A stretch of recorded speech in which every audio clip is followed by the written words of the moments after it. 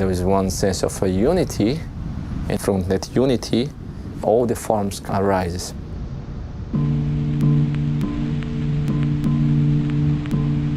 What actually we see on the form today, it is almost like a byproduct of a certain intelligence. And from where comes this intelligence? It doesn't belong to this planet, it belongs to the universe. Even on the architectural level, our bodies are reflecting how water forms itself while interacting with other forces.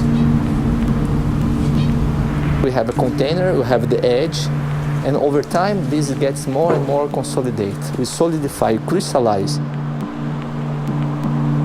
Water brings this cosmic intelligence into the planet, and this is amazing.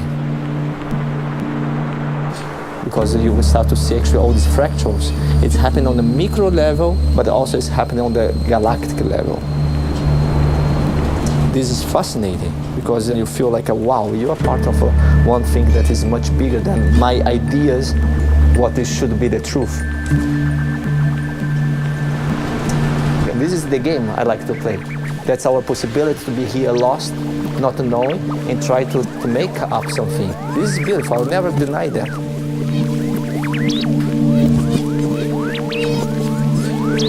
The mind is formless, but when the mind gets crystallized, then we lose this possibility of adapt into whatever situation. We receive lots of influence from the environment, and that creates, most of the times, lots of conflict, because not necessarily what we are told is in resonance with what it really feels right for us.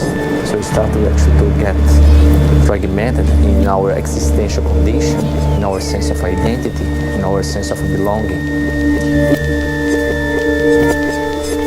Now it's traveling. I feel on my spine. Oh, now it's distributed to my shoulder, elbow, and now it is releasing there.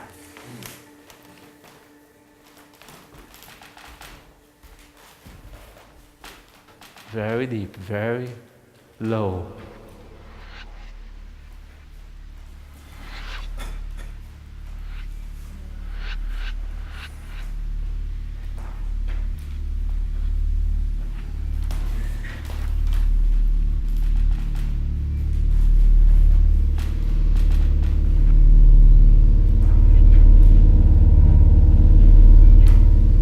There is resistance now. You feel it?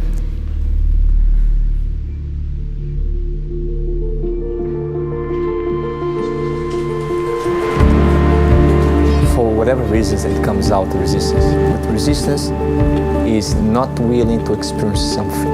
You don't want to go through a certain event, so then you resist. If there is no fear, there is no resistance.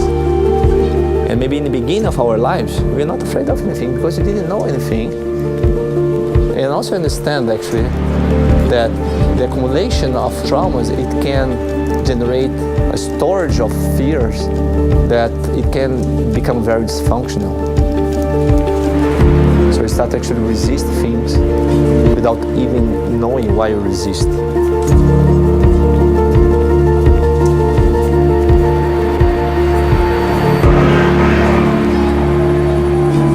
So you see like how profound is this approach of resistance in play fight. We go to physical experience when someone is pushing and I stay on the spot, I'm not resisting. Why? Because I actually integrate that external force into my body, and inside we exercise ways to recycle. And what I mean by recycling is to send all the accumulated tensions down to the ground so that a fresh energy it can start to go up and can use in a situation where you confront each other. Instead of using muscles, actually create a shield, a wall to stop that force. And then you see, this is your attitude, this is your mind. Let's say, no, don't push me. So this resistance, it creates a physical effect which is contracting muscles. So actually when you contract the muscles in a certain way, this is mirroring a certain mental attitude.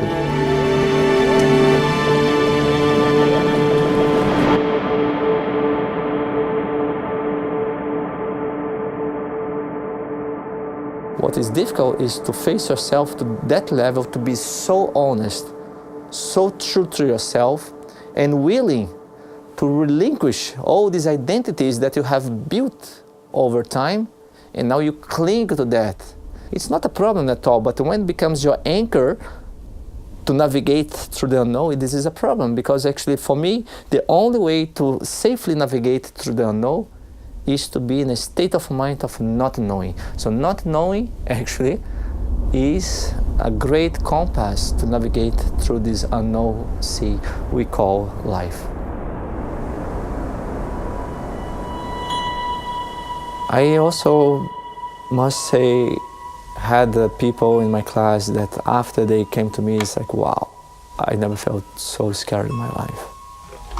And after that, they went through that and they said it was the best thing it could happen because it felt real. Play fight, it's not a physical activity, it's a life practice. There's a moment that, I mean, you can postpone that, but eventually, you know, you have to face it sooner or later.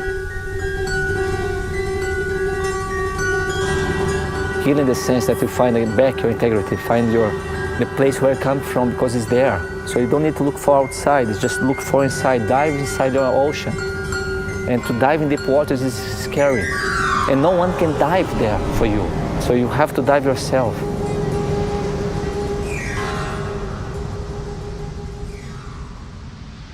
You can go very deep because there's lots of mirroring through the interactions that you can start to see your patterns, you see yourself, you see your dark side. Instead of just focus outside, why it hurts, when you start to question, being very sincere, very genuine, why I don't like it.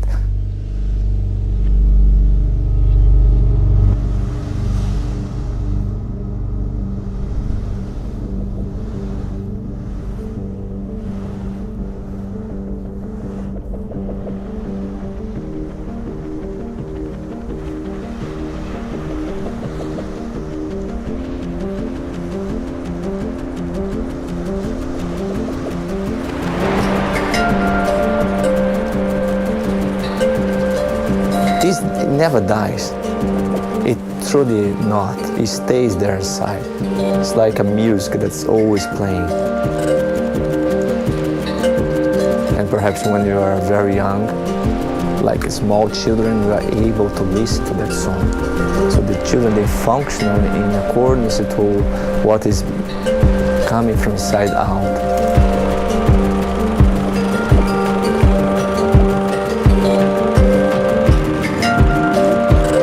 So I think when you start to invite people to play, we are inviting them to go back into that state.